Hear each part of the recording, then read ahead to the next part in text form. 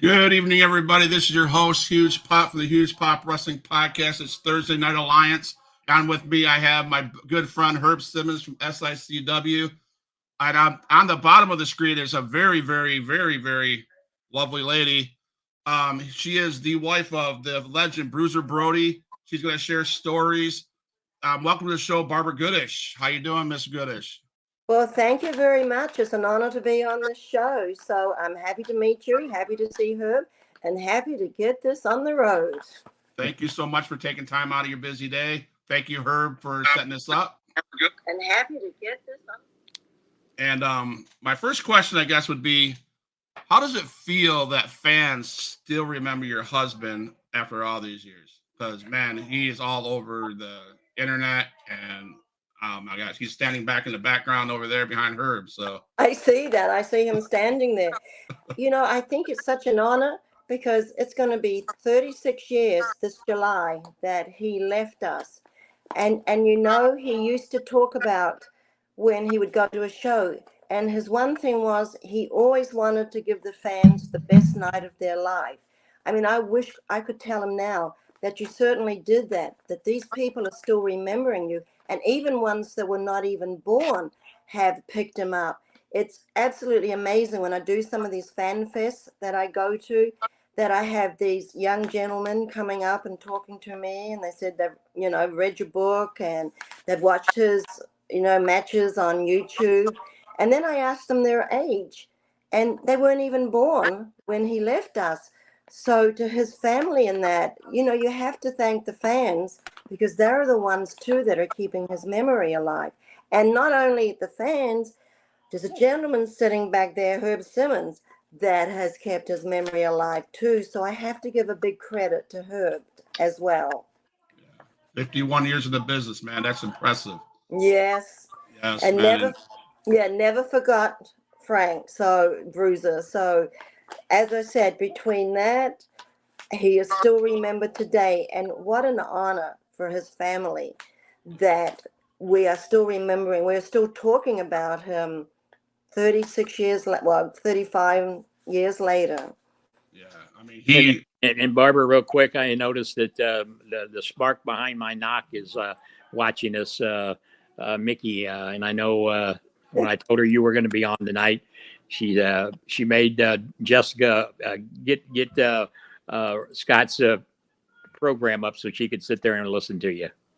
Thank you, Mickey, for watching. Thank you, Jim, Big Texan, for watching. Thank you guys for watching the show. Everybody that's out there, 7 of y'all, thank you so much. We're going to have fun with Miss Goodish and Herb. We're going to just go through the life of Miss Goodish and Bruiser Brody, and let's get into it, right? Well, and I think it's worth mentioning, Scott, that, like Barbara said, his legacy is being carried on. And I got to give her kudos because, every year whatever her schedule is, and she'll tell you, her schedules became real busy over the last many years. But anytime she knows I set this Bruiser Brody Memorial up, she keeps that May date open, and she comes in, and the fans just love her. And I think she'll tell you as we go on tonight what it means to hear that chant of still Brody, Brody, Brody does to her. Oh, I know. I mean, I'll get up there in the ring, do a little speech, especially when it's the Bruiser Brody Memorial and they have the Battle Royal. And like Herb just said, the fans are still chanting Brody, Brody, Brody. And another little chant they sometimes do is this Huss, Huss, Huss. Yeah, yes. That's what I remember. Yeah. I remember that. So I mean, that's Bruiser was around before me. I was born in 1970, so I watched as I got older. But Haas, that was the thing I always heard. Yeah, a lot of the fans will do that, and that awesome. must have been his trademark, his little sound. I think Barbara will tell you when I bring her in, I always have her to get involved because the first time I had her in, we took her into the locker room, and of course everybody was just standing there wanting to meet her. And then Larry Matisek and I pitched the idea about how we were going to get her involved, and she said, "What? What are you talking about?" Well, yeah, you can't be the widow of Bruiser Brody and not Right. use a chair or trash can or something in this match, and so each year we always have something for the fans to help keep his memories alive by way of his widow. You know. Oh, I know. He's had me throwing trash cans into the ring. He's had me pull people over the top rope. Right. He's had me throwing chairs into the ring. And I won't even mention some of the other ones he's had me do. Well, there was a specific one I want to talk about. It was when the Canadian hero, Sean Vincent, took the Bruiser Brody Cup Oh, gosh. At last year. And that I seen the picture of you wanting to rip that thing away from him. Talk about that Canadian Sean Vincent, what that meant. Oh, I mean, it was just everything was going, Bobby D had won the trophy fair and square. And then here comes the Canadian. And there was another gentleman too, Herb. What was the other gentleman that was Glenn Williams. Big, nasty Glenn Williams. Yeah. Glenn Williams. And I was just, I didn't know everything. I'm right in the middle of all the action. I thought. Yeah, I think you ended up on Mark Kern's lap or something. That's exactly what happened. They kept coming towards me, and I thought, oh my gosh, I better, just slowly get out of the way. I kept walking back, and as Herb said, I ended up on Mike Kern's lap. I don't know who got the biggest shock. Yeah. He still talks about that today. I'm sorry. No, don't be sorry. Yeah, absolutely not. But Glenn, I had Glenn Williams on a podcast, I think last month, and he was saying that he can't wait to see you again. And when he wins it, he says when he wins it this year, he wonders how you're going to feel to look at his eyes and say, congratulations. Well, you have to do what you have to do, but you never know what might happen too. There you go. Yeah, because I don't know what Herb will have me do. So right, Scott, I know you know what the Ted DiBiase used to say. Everybody has a price, and he may have to pay the price. That's right. Everybody has a price. That's all. Yeah, and I don't know. You have all these people in the ring. How many would you say there is at one time? Herb? There was 32 last year. 32. 32. It's not going to be that big this year. That was a logistical nightmare. I was just going to say, I knew there was a lot of people. I was thinking 20. I didn't realize there was 32. There was 32. Yeah, we had some come from Dory Funk and Marty Funk's school. And just like now, everybody's ringing my phone off wanting to be a part of it, coming from around the country, and it's a big thing. I mean, when all you do is mention Bruiser Brody Memorial, and everybody wants to throw their hat in the ring, and because they know Barbara's going to be there to award that big trophy to the winner. Because I'm telling you, this is Herb. This is just getting bigger and bigger and bigger. I start seeing all the people that are coming, and this. I'll tell you what, folks out there, this is going to be incredible. This is going to be one of the most incredible fan fairs that anybody can come to. Yeah, I think we're up to about 58 names right now. So, oh my gosh! And we're still 4 months away. And like I said, there's not a day going by that I'm not getting a couple of calls, a couple of inquiries, and a late addition here just a couple of days ago. Missy Hyatt is signed on. She's going to be with us. I saw that. I think she's on her way now to Jericho's cruise or something. Yeah. Quite a few of the people, Dugan and Missy Hyatt, and that they're all traveling, I think, to Miami, I think it is, where they're getting on the cruise. And of course, Sonny's bringing 3 or 4 of the Glow Girls with her. So it's getting big. I just saw Sonny this weekend. We spent the weekend with Sonny up there. Yeah, remember we talked on the phone that night I called. That's right. Can you believe it? We were just talking about that. Exactly what you called her about. We just finished a conversation and then you call. Yeah, that's what she said. So small world. A small world.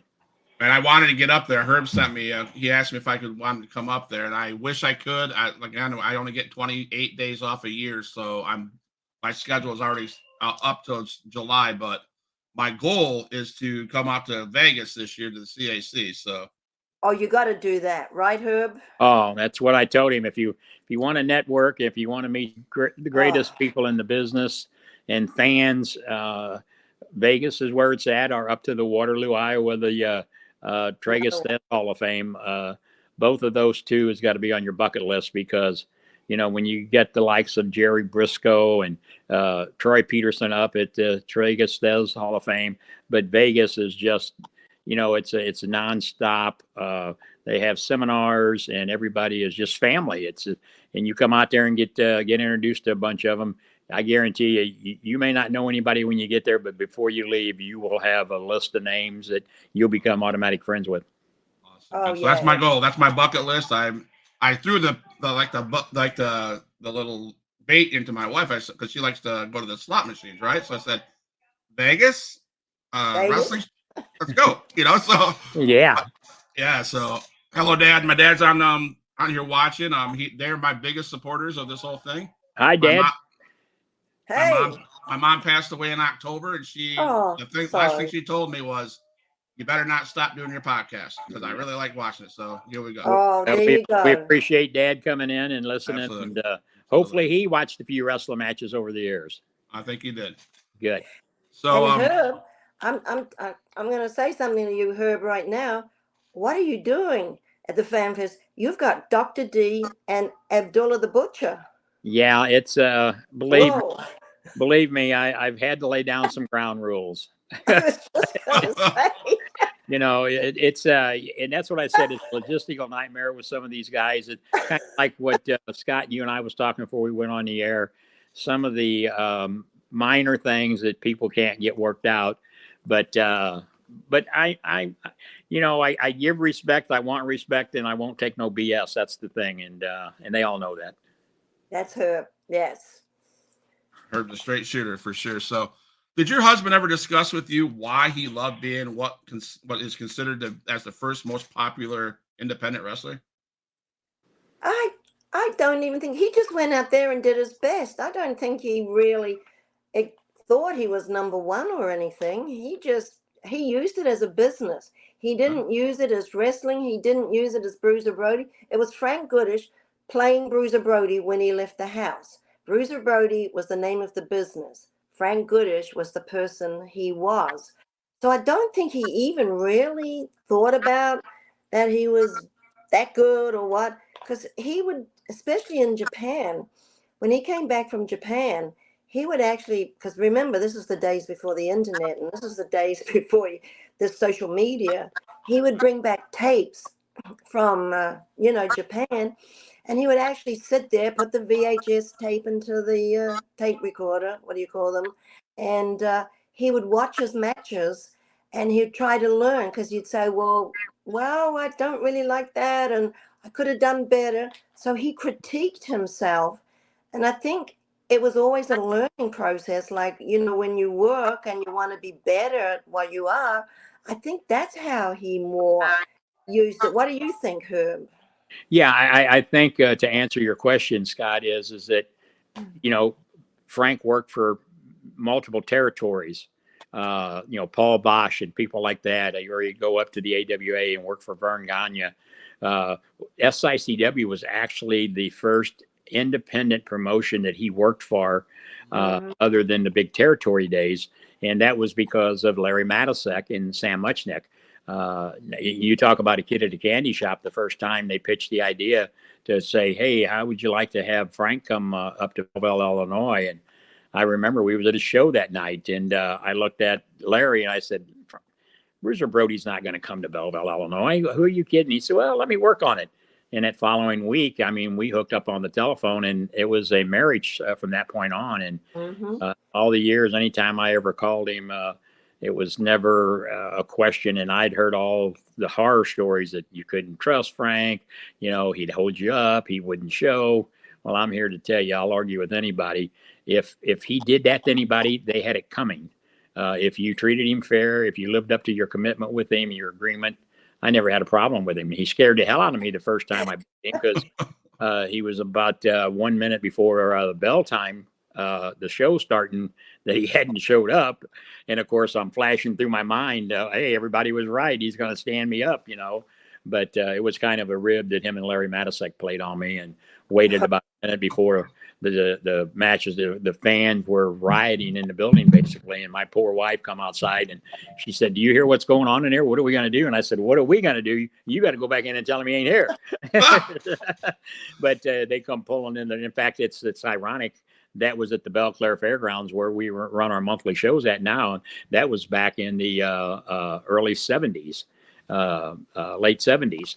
So, it's fun how things go around. But anytime I booked him anywhere, and then he introduced me to so many of the guys, Blackwell, Abdullah the Butcher, Dick Murdoch, Nard the Barbarian, people like that Ox Baker, that he would bring in, and we'd work him against one another. And I mean, as you can see right behind me, I miss them and Larry, and there's Sam right there. And I tell everybody, if it wasn't for those three gentlemen, there is no Herb Simmons, there is no SICW. I never would have got to meet the lovely Brabra Goodish and people like that. So I was a young man at the right place at the right time.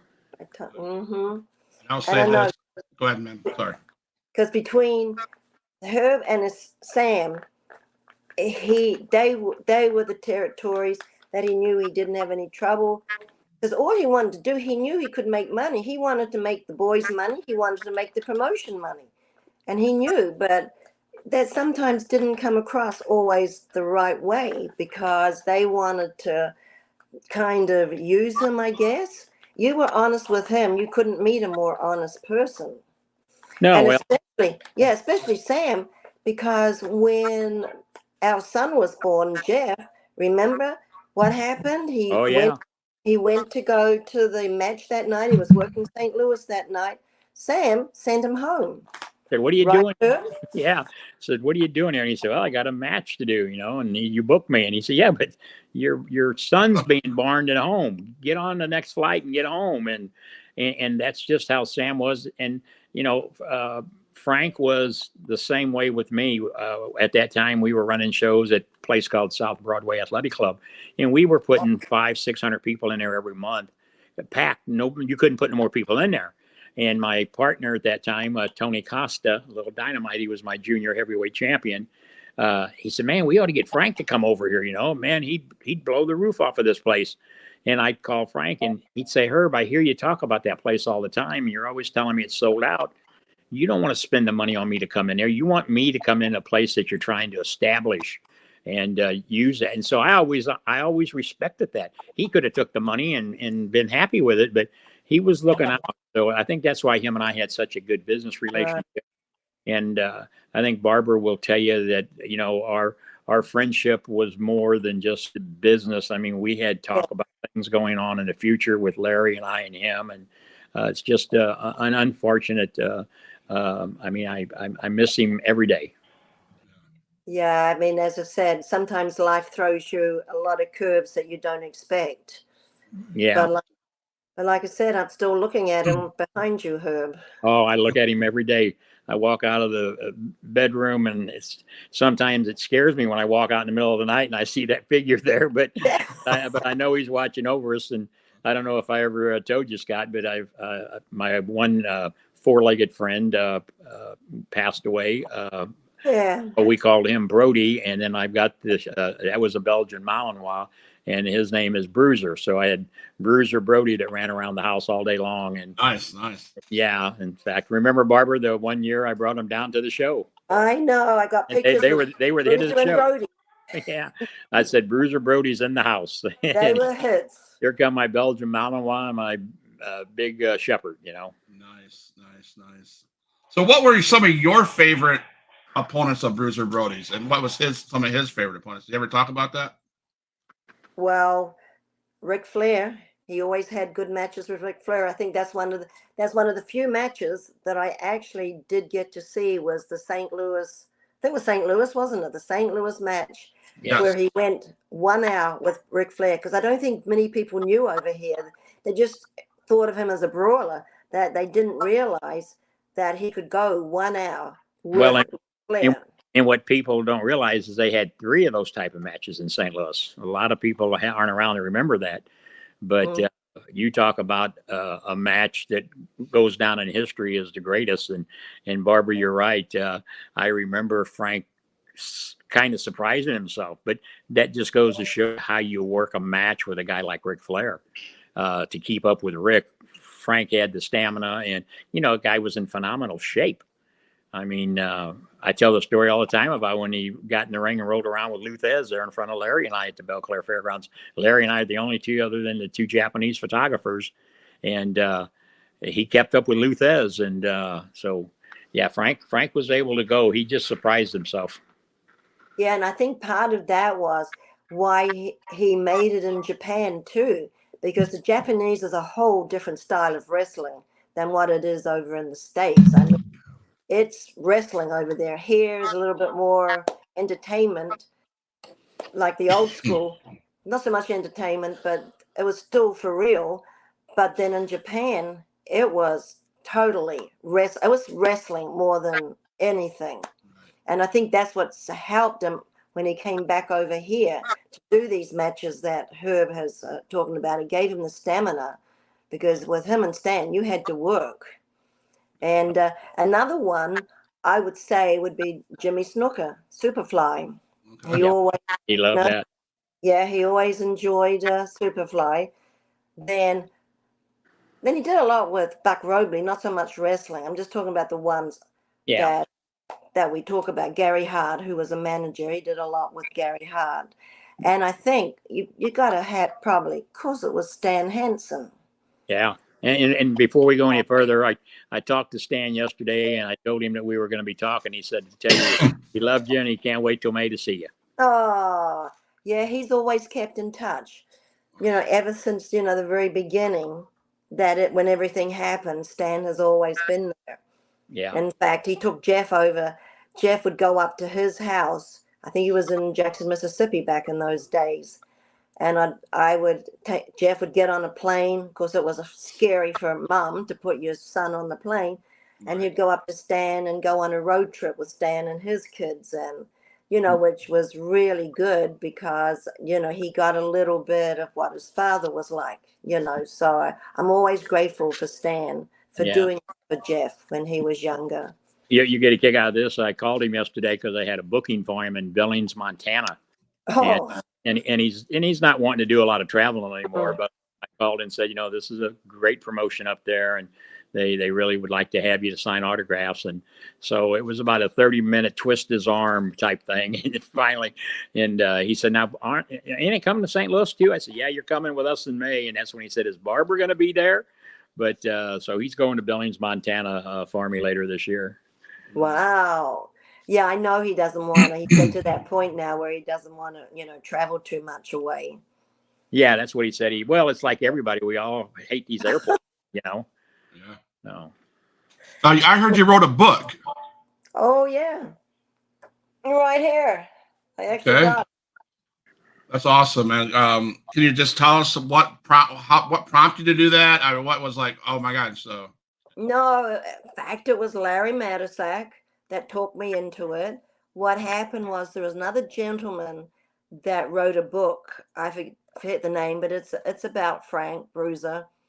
And I haven't read it, but I know his sister read it, and seemed there's quite a little bit of untruth in that book. So it was like, as you know, anybody can put anything out there. You have no say. They can say anything about anybody without any recourse. So then after that, Larry called me and asked me if I'd like to write a book. Well, knowing that this other book was out there and had a lot of untruth, and knowing Larry, I know that, Frank trusted Larry just like Herb. He trusted Larry, and I knew that Larry would do it right, and that this book would be truthful. It wouldn't be any fantasy. It wouldn't be anything. It would be hardcore truth. So I said, but I've never written a book before. How can I write a book? He said, well, just write down memories. That's all you have to do. And that's all I did. I just went through memories and write down. Well, as you know, when you tell the truth, it's so easy because you don't have to think about what, you have said, how people will say all these things, but then the stories keep changing. When you tell the truth, it's the same story over and over again because it's the truth. You don't have to think about it. It's your life. So that was the reason that I wrote the book. Thank you, Larry. Rest in peace. We miss our Larry too. Every day, I know. I Well, know. Something you think about.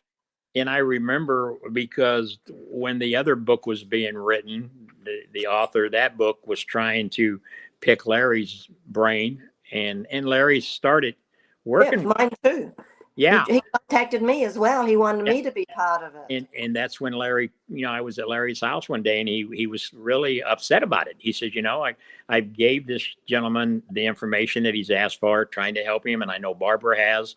But then when he would get proofreadings of it, it'd be totally mixed up. And I think that's when Larry and I sat there and I said, somebody just needs to tell the truth, and there's nobody better than Barbara. And, Barbara could tell the story of the wife, the Bruiser Brody at home, the Frank Goodish, and Larry could tell the story of their wrestling business. And that's what made it such a great book. So if you haven't got it yet, you're missing out on a great read. Well, where do you get that? Where does a guy like me get that? Is it on Amazon? Well, I'll tell you what. If you send me your name, send me your mailing address and that, I'll mail you one. Okay, awesome. Thank you. Appreciate You're welcome. That. Thank you so much. So let's talk about what Herb just said. But I should really say something though. If anybody's watching this and they want a copy, message me. I'm in Facebook, just under my name, Brabra Goodish. Give me a message, and even if we're not friends or anything, make sure you tell me that you're interested in the book, because I sometimes get messages and they get lost in the But yeah, and I can forward one and send them a book and shipping, handling, and the cost of the book, and do it personally. I can put their name and everything on it. So if there's anyone interested out there, just message me, and I'd love to send you a book. And you're going to have some at the Fan Fest also. I'm sure I'm going to have some at the Fan Fest. I'll probably have some of the, what do you call it, the Power Town. I can't say dolls.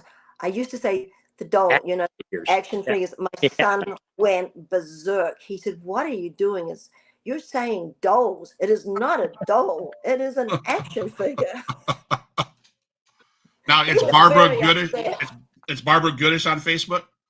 Brabra Goodish is on Facebook. Okay. So we talked. Herb mentioned it, but so we got Frank and Bruiser Brody. Frank, the husband, the father. Bruiser Brody, the business. And so how did you and Frank meet? Well, I was working in Australia at the time, and Frank, I think Fritz, sent him over. He, sent him over from America over to Australia. They had a wrestling promotion in Australia, and it just so happened that all the guys were staying at the hotel that I was working at. So I met Frank the first time he came in. I mean, this was hard on these guys because of the fact that you're away from home. As you know, you're away from home. You didn't make phone calls back in these days because this was the late 70s. To make a phone call to America was a little bit expensive. So they'd write letters. So they'd show me photographs of their children when they got a letter from their wife and everything. Well, this one night, I just happened to be talked into working the night shift, which was what I'd already worked one from 3 to 11. So at 11, he'd been in the hotel probably about 3 months. And I had a good friend, Killer Carl Krupp, who's also passed right now. And I was just getting ready to leave, and all the boys were coming back from their wrestling. And I'm talking about some of the people that I met was Andre the Giant, Rick Martel, Don Morocco, J.J. Dillon. I could go on, but that's enough to start off with. And Carl said, well, my boss was an American gentleman, and he had a place, the Texas Tavern, motel. Then he had a bourbon and beef piano bar up the street. So they said, well, look, you've just finished work. Why don't you just come up and have a drink with us? I figured out, well, there's no harm. I know them. And we had a table that probably was about, there was 10, 12 of us sitting there. Well, it just so happened that one by one they started leaving. They'd excuse themselves, not come back. And then all of a sudden, there was me, Carl, and Frank. Didn't think. And then Carl gets up and left. Well, I found out later I got worked. He worked. This is how good a worker he was. He didn't know how to get me by myself. She says, she'd never come out with me if I ask her out. So why don't you ask her out? We'll all go and then just disappear and leave me with her. So that's what happened. So he was a good worker. So he worked me from the very beginning. Here's that, Barb. There you go. Yeah, there's the action figure. Great action figure. It's one of the best I've ever seen. It's the best I've seen. I'll tell you, it's a lot of work into that. Mm-hmm. That is sick. That's pretty cool. I mean, look at it down to you can see on the forehead. I mean, all the detail that they had to put into that is just it's so real. Amazing. Yeah, when you open it up, yeah. That is pretty cool. Yeah, it's cool. I mean, when you put it right there by him like that, man. So my good friend sent that to me. Pretty cool. Thanks, Barbara. You're welcome. You're welcome. Yeah. And then, like I said, he was in Australia for about, he went home for Christmas, then he came back again. So it was probably 9 months or something the whole time that, he was working Australia. So then when he got ready to go back home, which was an unexpected, sometimes if it wasn't done right, he would kind of, right, Herb? Yeah. He stood up. So he came in one night, and it was like he put this load of money on the table, and all he said was, I'd like you to come home. He knew it wouldn't be right then. I mean, I'd been working for, a long time, though I had a lot of stuff to take. And it was like, well, he didn't, there was no promises, there was nothing, there was absolutely no, it's just, I'd like you to come. Oh, and then I thought, he trusts me because I could have just kept the money. It was a lot of money in those days. I could have kept the monies, but I knew that he trusted me enough to put that, because if you didn't know this, Herb knows, he was very, very frugal. He was, green beans. I used to have to pack him green beans and tuna every time when he went on the road. And that's what he'd eat in the hotel room. So, so for him to show that for me, to put that, and I tell people this today, I say, if you get an opportunity, it was like, I've got an opportunity. I'd always wanted to visit London. So I said, well, I can get a ticket to America, then I'll have a ticket out of America, because you had to be, you know what I mean? You couldn't just stay in America. You had to be going in and go out of America. So I thought, well, if the worst comes to the worst, I'll end up in London. But as you can see, I'm still here. So I guess it all worked out. Yeah. So you have a son. Did he ever want to go into wrestling? No. Herb, I'm trying.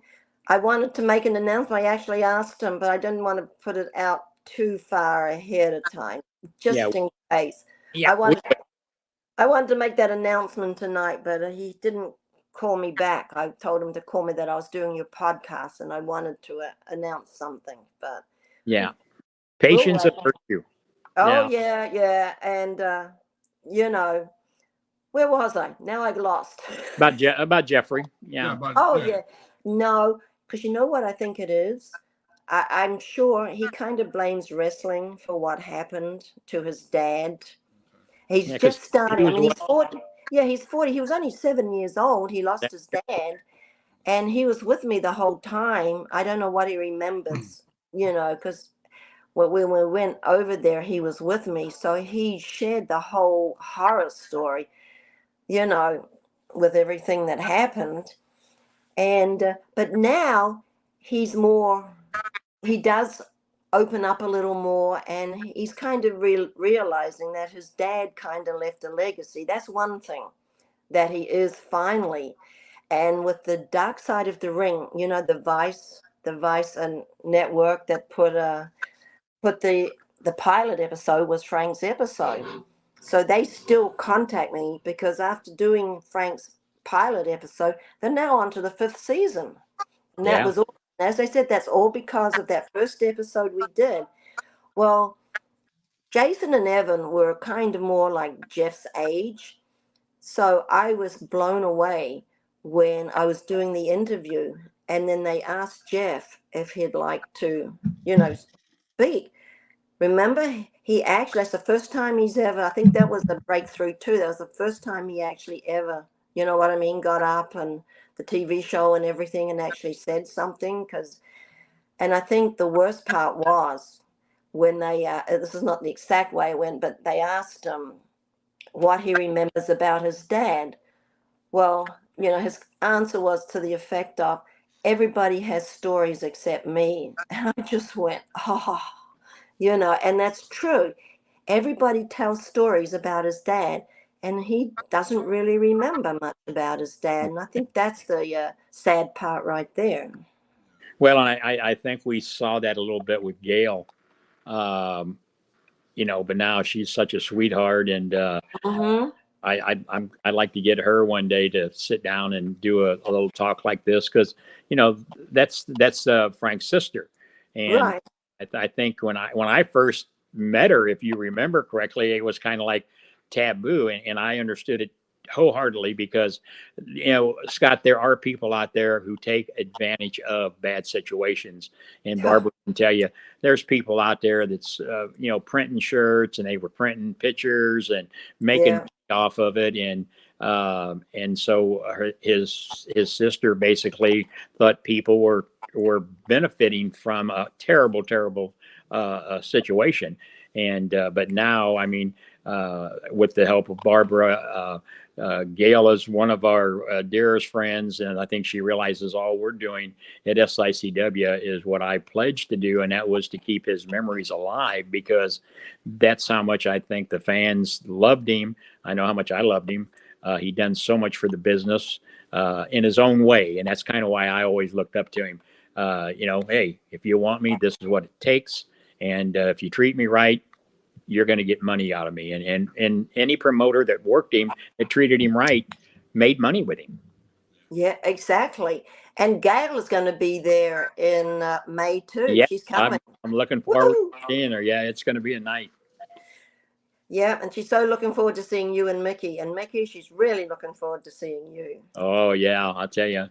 Jessica and Darla's going to be there, and Pamela's coming in, and Sonny's going to be an all-star card. Oh my gosh. And then when you think of some of the people, like you said, that are going to be there, I mean, Haku, Sergeant Slaughter, I mean, you that's just naming a few.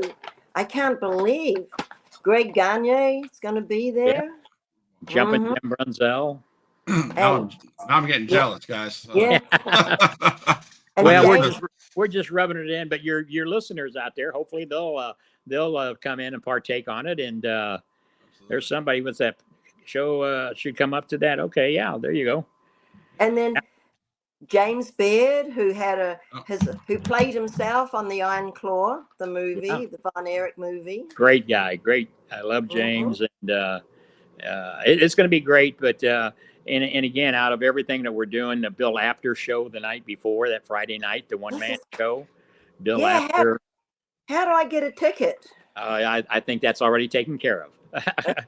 Now Darla's got to buy because she'll want him to sing karaoke and. I know. She told me she's already got her ticket. Yeah, you girls are already taken care of, but then the whole weekend is great, but the Bruiser Brody Battle Royal is what it's all tied in for, and the St. Louis Wrestling Hall of Fame induction. We're putting Lalani Kai in, Judy Martin, Wendy Richter, Cowboy Bob Orton Jr. So I mean, it's a great weekend, And if you haven't got tickets yet, I wish you would. Oh, Uh, you gotta like get tickets, guys. I was doing, Anyone watching? I was doing a podcast earlier, and like I said, everybody says I was nuts for the first one I did. Now they're saying I'm double nuts. And I said, well, yeah, but you look at it this way. If this thing bombs, it's bombs on me. If it goes over great, it was great for everybody. So.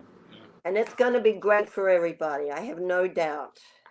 I have no doubt either. I've seen pictures and videos of the past couple ones, so I'm sure it's going to be good. So, Miss Goodish, so Frank's at home and it's time for him to fly out to an event or whatever. How soon after you drop him off at the airport does he turn into Bruiser Brody? Where does he leave it at the car door? Well, as you know, these were the times where you could pull right up to the door of the airport, and there was no insecurity. Well, security, but you could keep the car there, pull up to the door. When you picked them up, you could stay right there at the door. You didn't get told to move or anything. So he would be Frank. He'd get in the car, drive the car. He'd drive the car, and me and Jeff are in the car. He'd get out of the car. I'd get out to go up, around to drive back home again. Give us both a kiss. He was Frank. He was Frank Goodish. As soon as he went through the door of the airport, you could see the whole thing. You could see his whole body language changed. He became Bruiser Brody. Same thing when he came home. You could see Bruiser Brody was coming to the door. The door opened. We're out there. He became Frank Goodish. That was the transformation was between like your question. That was the two. That was when he was home.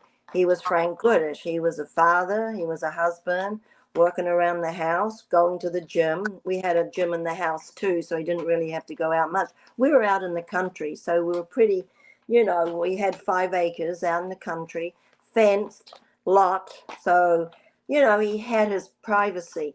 And this was before cell phones. So we didn't even have an answering, because he said, when I'm home, I'm home. I don't want to be bothered. I just imagine what it would be like today where you're 24/7, people can contact you.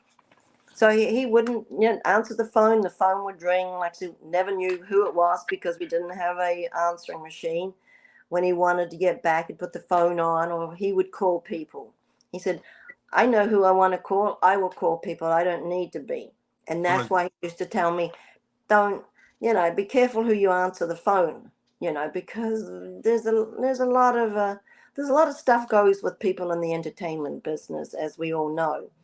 There's a lot of unwelcomed phone calls. That's awesome that he could separate real life from the business. And so that's super cool to hear of a man that can do that, because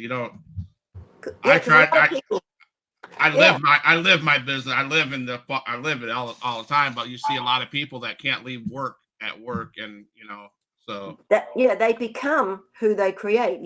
That absolutely. is their whole. They lose sight of who they really are. So was he gone a lot, and how did you handle him being gone? Gone a lot. I would say if you added it all up, it would be lucky to be 3 months that he would be home a year. Wow. A couple of days here, a couple of days there. Probably I'm over exaggerating when I say 3 months. No, he was gone like in Japan, 6 weeks at a time, and he did several trips at the end to Japan, and then he was all over the country traveling. So no, I just had. In fact, he once said to me, he said, I had to come to the end of the world to find someone that's going to put up with my lifestyle. Because he said, I knew that you can handle it, because I'm not. He said that even before everything. He said, it's not going to be easy because I'm going to be gone. So you're going to spend a lot of time by yourself.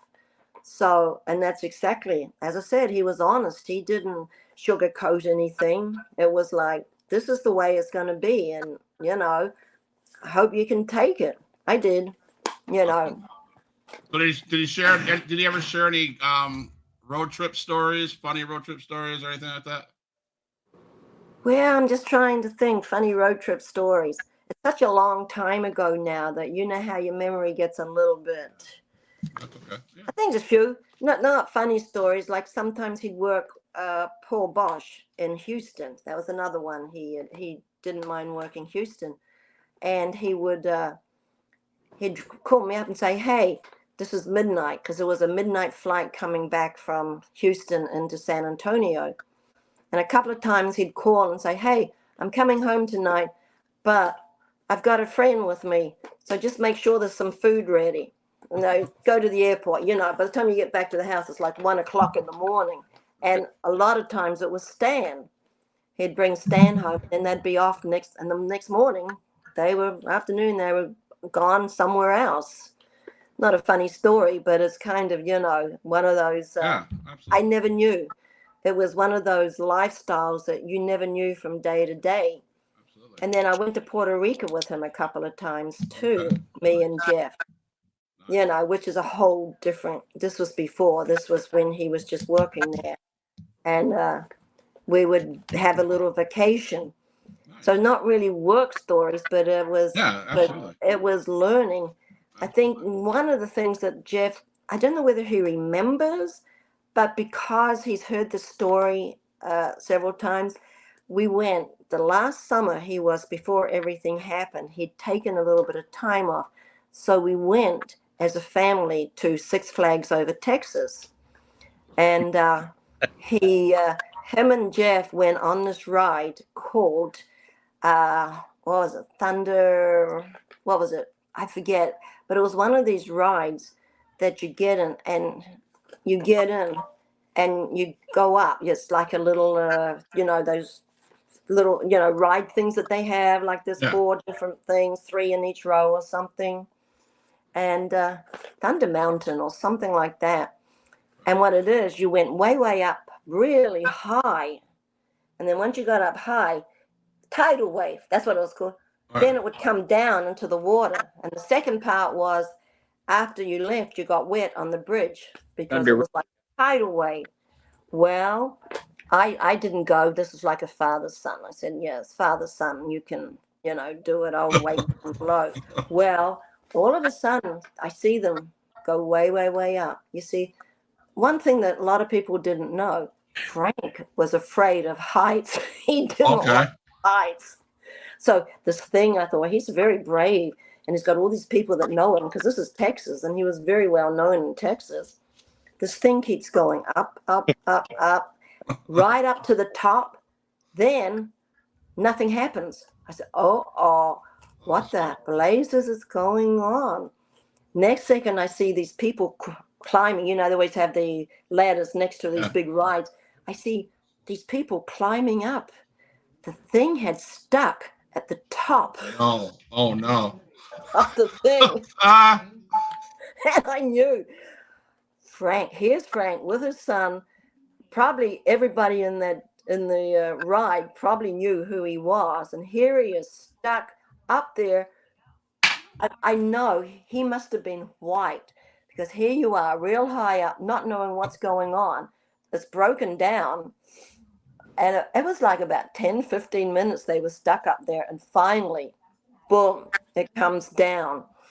And I think, as I said, I think that was one of the things I think he'll always well, this was just before. And I think Jeff, maybe just we remember things sometimes from people telling us stories, Yeah. But yeah, I standing there thinking, OMG, Yeah. this is, Right. We used to kid him when he'd get up, go up on the top rope to come off with that big knee. We used to tell him, don't get a nosebleed because he was scared of height. If you get him much higher than that, because he was so big anyway, and he'd get up on that top rope, and you could see he'd get up there and he'd come down and we'd kid him about it. Was you scared up there, Frank? And no, I wasn't scared. Yeah, right. Yeah, right. Yeah, because not many people knew about that. Yeah, he didn't like heights. Wow. My kids, of course, they have some questions. I call it Kids Corner. So How cute. they're just shoot questions, quick ones. So I'll just read them off to you. What's your favorite food? Ooh, I love pizza. Okay, well that goes with the second question. Does pineapple belong in your pizza? I have Hawaiian pizzas with pineapple and ham. Yes. Okay. What's your favorite color? Favorite color is teal. Who's your best friend overall? Oh, I'd have to pretty much say Darla Staggs, who Herb knows very well. And secondly would be Pamela Morrison. Okay. I got two. We call them the three queens of wrestling. Three queens of wrestling. Okay. Yeah. Favorite movie? Favorite movie? Ooh, that is quite a question. I haven't been to the movies for a while. I'm trying to think when I was young, what would be my favorite movie? Oh, Psycho. Psycho. I know. And you know it, not so much my favorite movie. I won't say it was my favorite movie.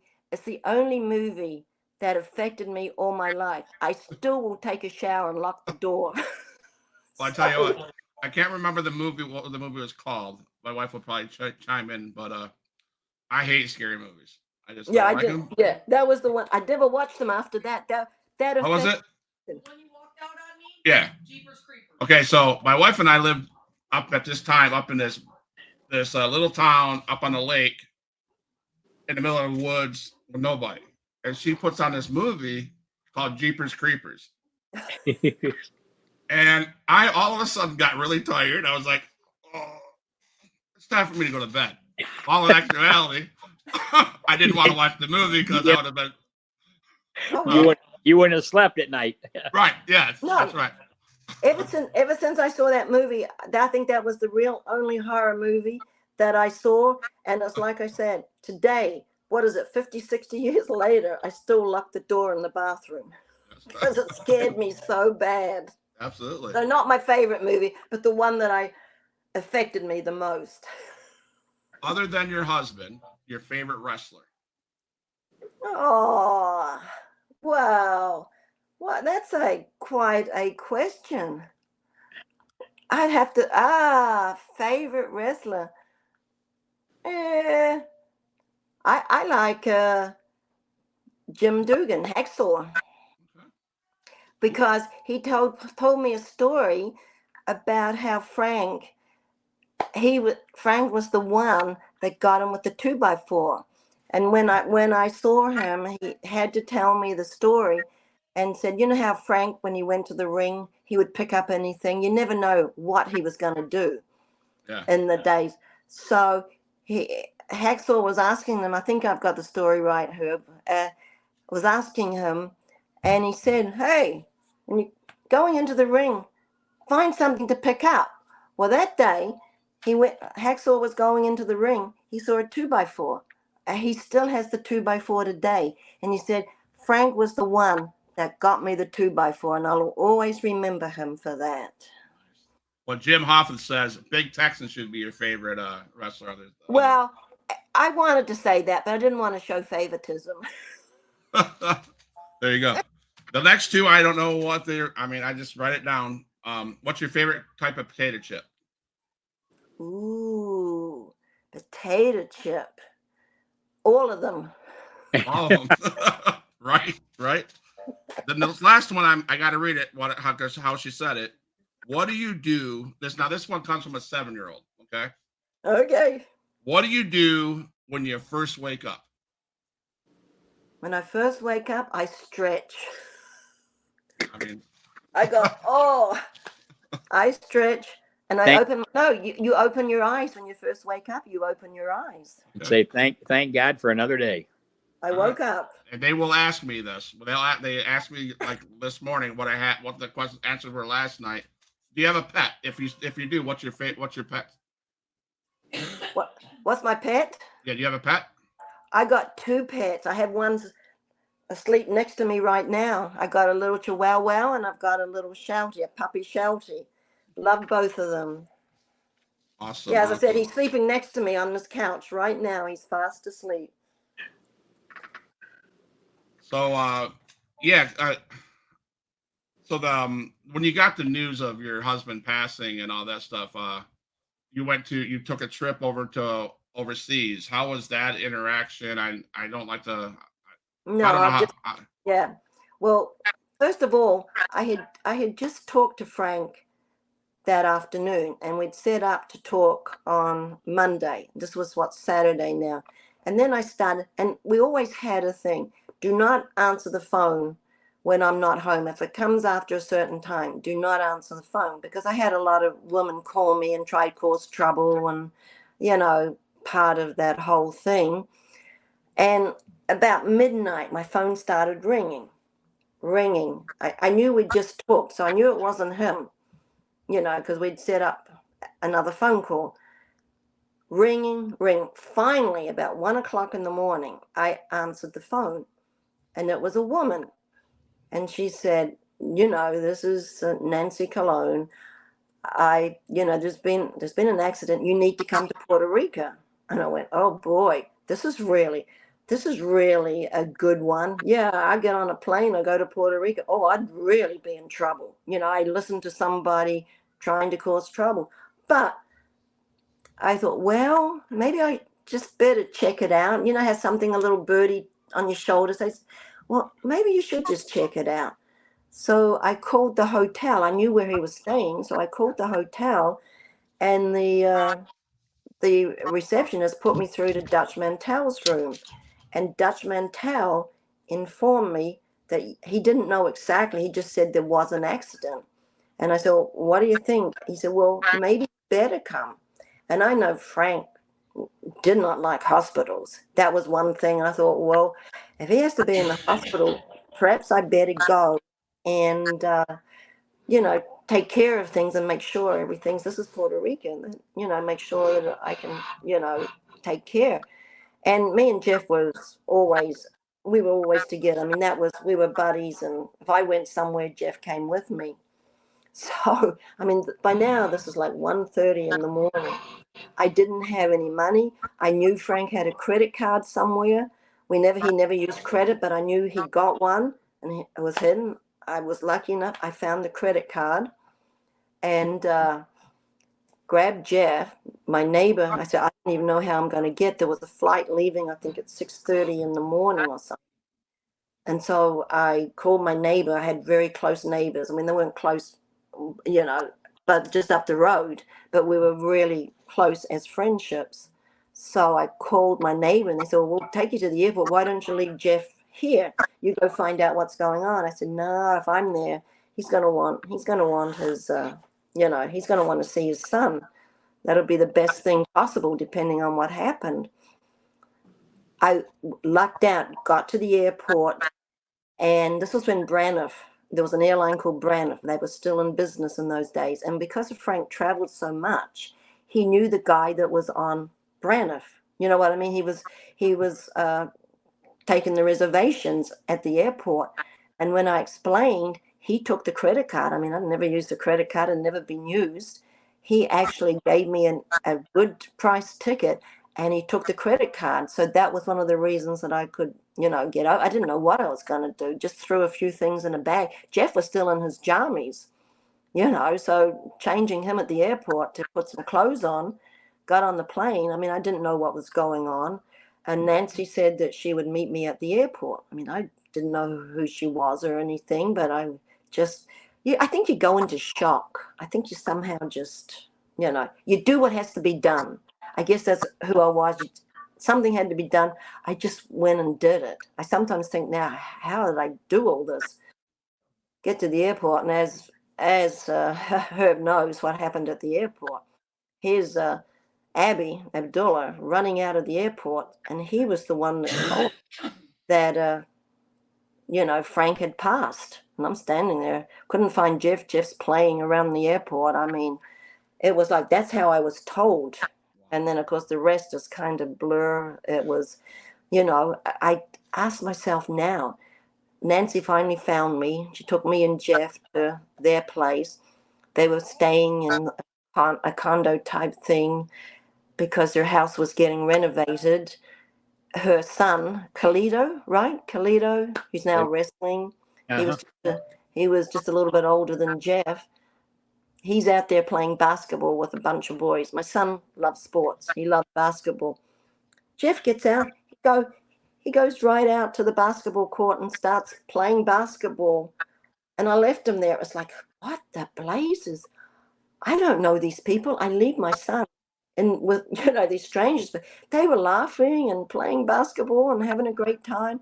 And then Nancy took me straight to the morgue, and then the rest, is just, I sometimes think when I tell the story that I don't think I'm talking about myself. I think I'm talking about somebody else, because I sometimes realize, how did I do all this? I don't even know. And then I think I talked a couple of the friends, and then I had to call the parents, his parents, and they asked me, oh, we should send somebody down with you. I said, no, this is not, this is dangerous. No, I can handle it, because I didn't have anybody there, because everybody had left. All the Americans had left after that, after what happened. But I managed to get it done and took him home with me on the plane, and we had a little celebration of life back in San Antonio. Well, thank you, ma'am, for sharing that. I wasn't sure how to ask that question, and No, so that's okay. but I can tell you the guy above you is one supporter of you and your husband, and I know that you are loved as a family at SICW. So what does it mean that SICW has the Bruiser Brody Memorial each year, and the love that they show you and your son and your family is, in my unexplainable. I don't. I So know. I can't even put it into words what Herb and his organization means to me. And as we talked before, just remembering that Bruiser Brody Memorial Show, keeping his memory alive.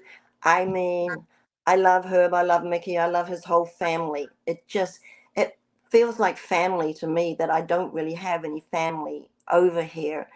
And, very Frank's sister, a couple of Frank's sisters, and that's about everybody else is gone. And I can't even explain what it means to me. It's right here in the heart.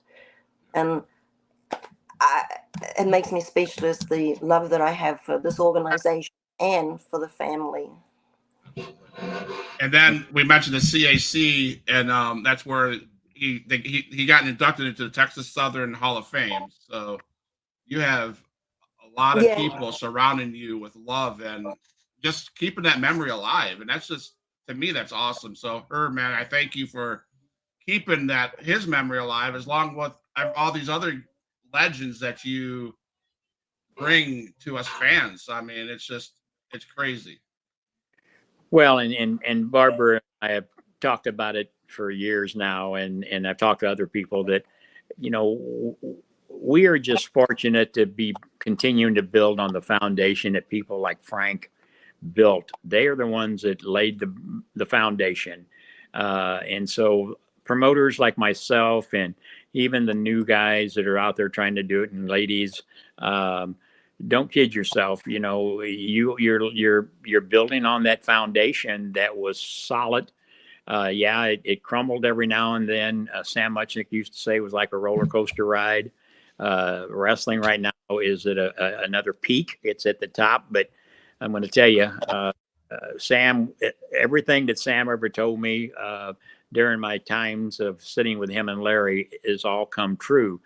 So just because wrestling, everybody's feeling this high, we've got this going on and that going on, that roller coaster will reach the top and it will take another plunge.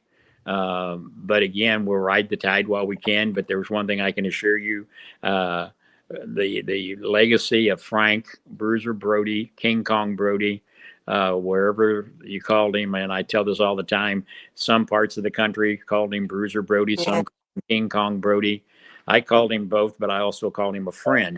And I owe so much to what he did for us here. My wife, I mean, my boys were the ring boys back in the day, and would take his gear back to the dressing room. So my children, my daughter, and all grew up with it, and they all talk about, when they come over to the house, they see the picture of Frank and Larry and Sam, and they know what it all meant. And they sometimes say, Dad, why do you keep doing this? How long are you going to keep doing this? And I'm to the point now where I'm almost concerned about, if I don't keep doing it, who is going to do it? I know someday I won't be here to do it, But I hope there's people out there like Big Jim or Gary Jackson who got the nickname Night Train from Bruiser That's Brody. true. Yeah. Yeah.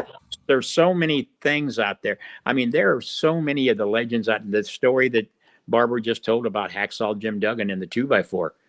I know that's exactly how that happened. Frank told him, "Don't get no boas and don't get nothing wild like that. You get something you can protect yourself with, because when you're out there," he said, "Why do you think I carry a chain when I go over to Japan and I'm swinging it around? You know, some of these fans will really maybe try to do harm to you." And that's where Jim came up with and Frank's the one that told him, "Grab a 2x4." Yeah. And so, I mean, there's people like that Mick Foley will tell you the impact that Bruiser Brody had on his life growing up. He influenced not only fans, but other wrestlers. That's why I think that as long as there's such a thing as professional wrestling, Bruiser Brody's name will live on forever. I've heard that story about the multiple times. I love the story, Night Train story. Yeah. How he got a phone call from Bruiser Brody. Hey, this is da da da. I was there. Train. I was Yeah. I was at Larry's house. We were sitting at Larry's house when he made the call. Yeah, so You know? I mean that's just a so cool story, and so yeah, and I mean we talked about all over the country, and he's even today celebrated over in Japan, according to the articles I read, and I'm like, that is just what a legacy that you, and I'm sure you and your son have to be proud of what your husband and dad, best friend, did and left on this world of Barbara, crazy. tell them about the episode that's being done, the radio episode that you're working on. Oh yeah, the BBC. They're doing a thing on the BBC. Okay. Kind of like a radio episode. You did it, didn't you, Herbert? Gail did it. Yeah. Yep. Yeah. They said, "Oh, we're only going to do an hour," and I think I went 3 hours. Bless you. Yeah, bless you, honey. Herb says. Yeah. Yeah. He says, and "Thank you." I said, so there's several different things that people now are doing. It's, as I said, it's amazing, and still doing merchandise. I still get like Japan is still putting merchandise out on him, especially because I guess in Japan that the dominant tag team was, of course, Frank and Stan. So it's still remembered today, the two of them, even though Stan, I know, still goes over occasionally, but they're still putting merchandise out on two of them. Unbelievable. So, Barbara, why don't you tell him about the plan that Frank had with the youth? And we got to see that firsthand when we produced there's a called the Fox Theater in St. Louis, Missouri. The only show that was ever produced there, we did. Sam Muchnick, Larry, and I, and Frank was a major part of that. We had Kamala, the Ugandan Giant, Gentleman Chris Adams, the Fantastics, the Midgets were on that card, Crusher Blackwell. But prior to that show, we had a Boy Scout organization brought their Boy Scouts in and set them in right down in the first several rows. And Frank was up on stage at first and doing a talk to them. And, and how young men are, even in the Boy Scouts, but when he jumped down off the stage and got right down face to face with them, it was kind of like, whoa, wait a minute. And so go ahead, Barbara, and tell him about kind of what the idea was. Yeah, see, we had started because he was knowing that he's a big guy, that there had to be something after wrestling, that he knew that I don't know how much longer I can be doing what I do in the ring and getting hurt. As I said, that's why a lot of them now are really hurt. So he started a LLC, BAM, Brody Athletic Management. His idea was we had like a 40-acre out in the country, in the hill country in San Antonio, with a little stream running through it. His idea was, the one idea, there was a couple of ideas he had. This idea was had an old mobile home, and he thought about what he would do would be take disadvantaged youth, boys, out and show them what it was like, out there in the country, maybe fishing and hiking and doing things.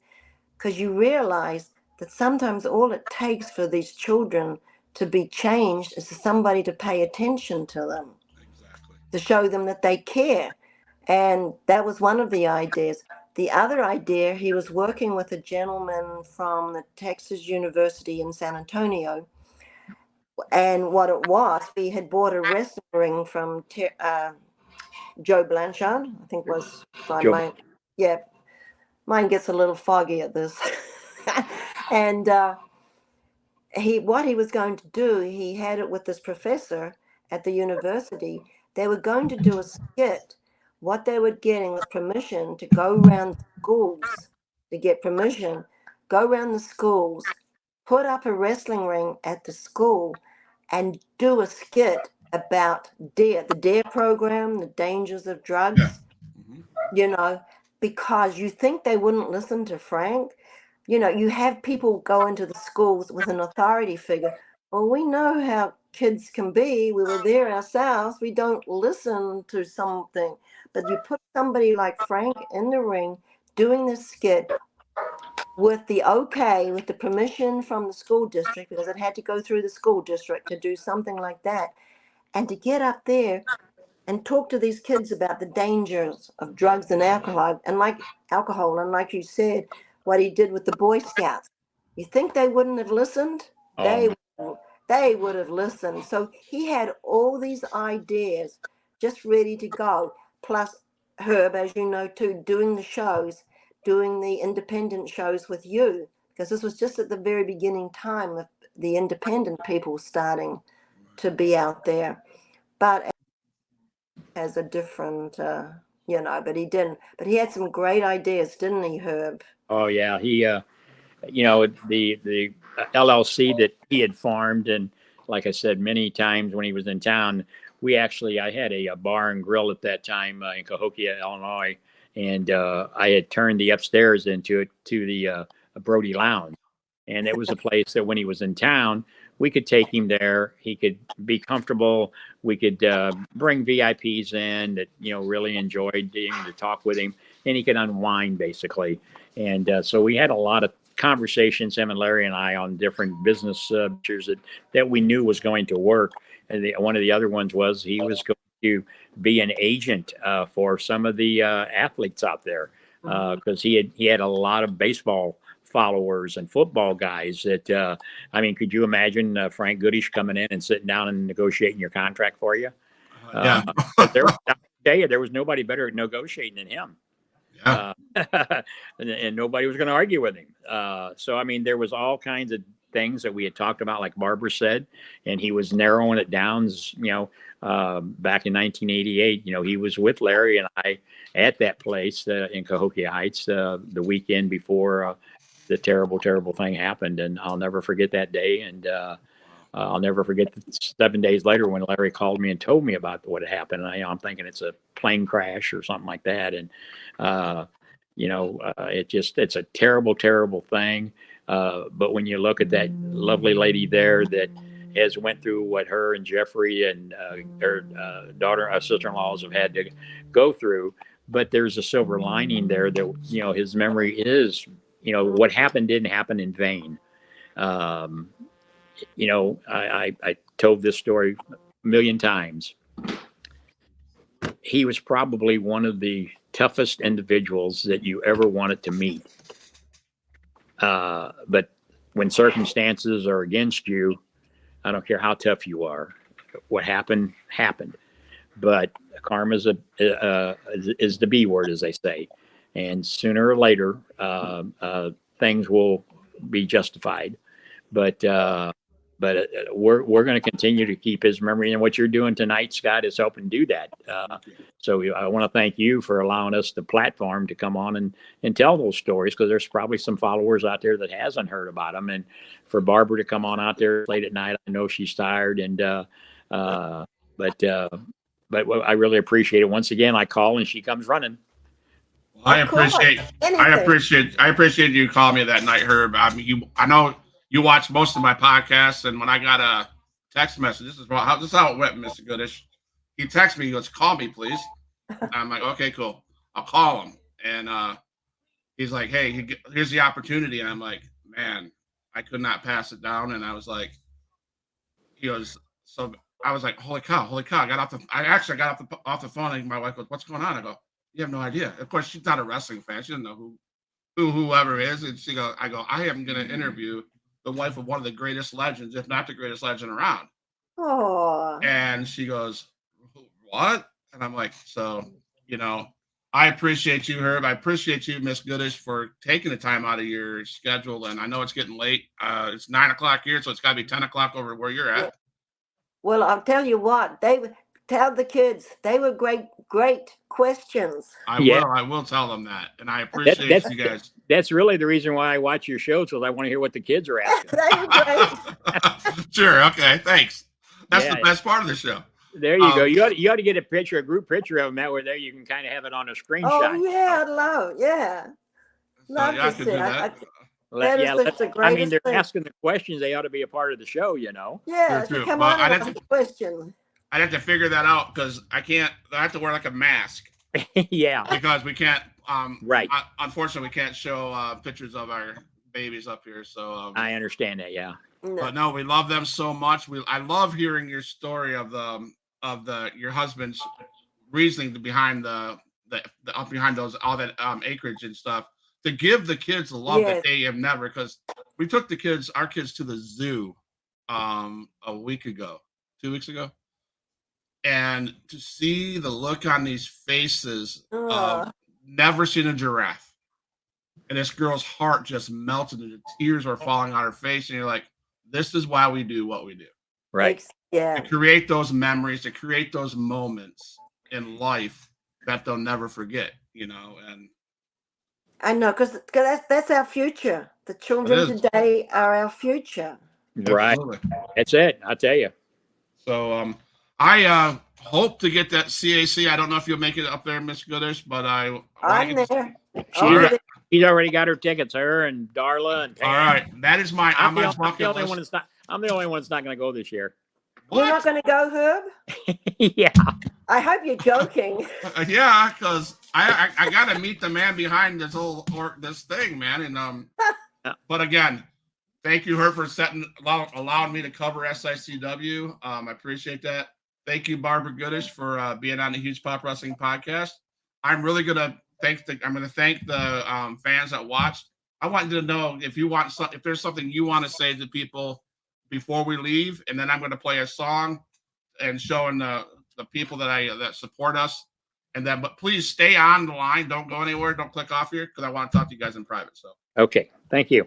Yeah, I just want to say I am so grateful for everybody that remembers Frank, for Herb, the show, everything.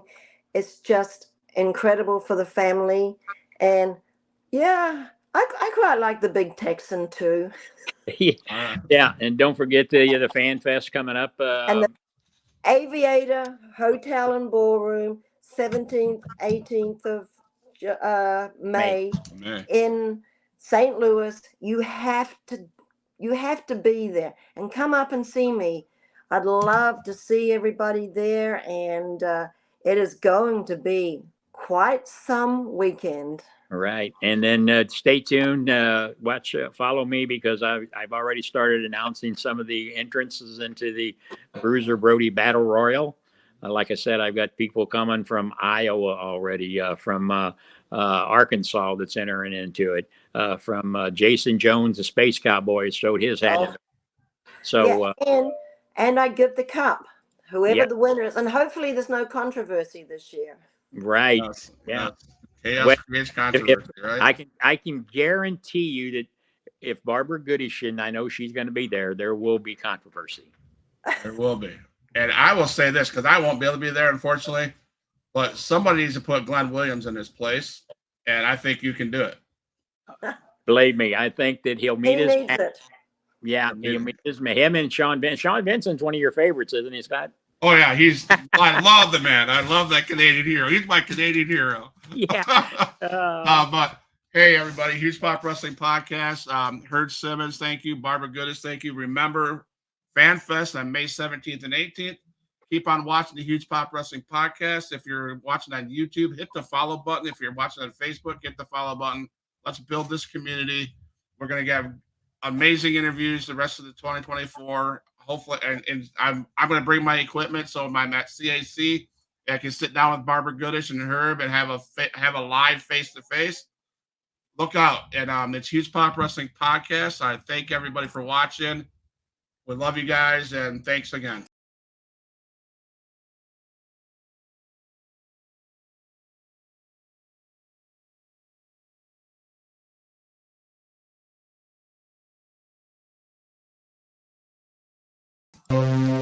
All my dogs, make some noise up in this house.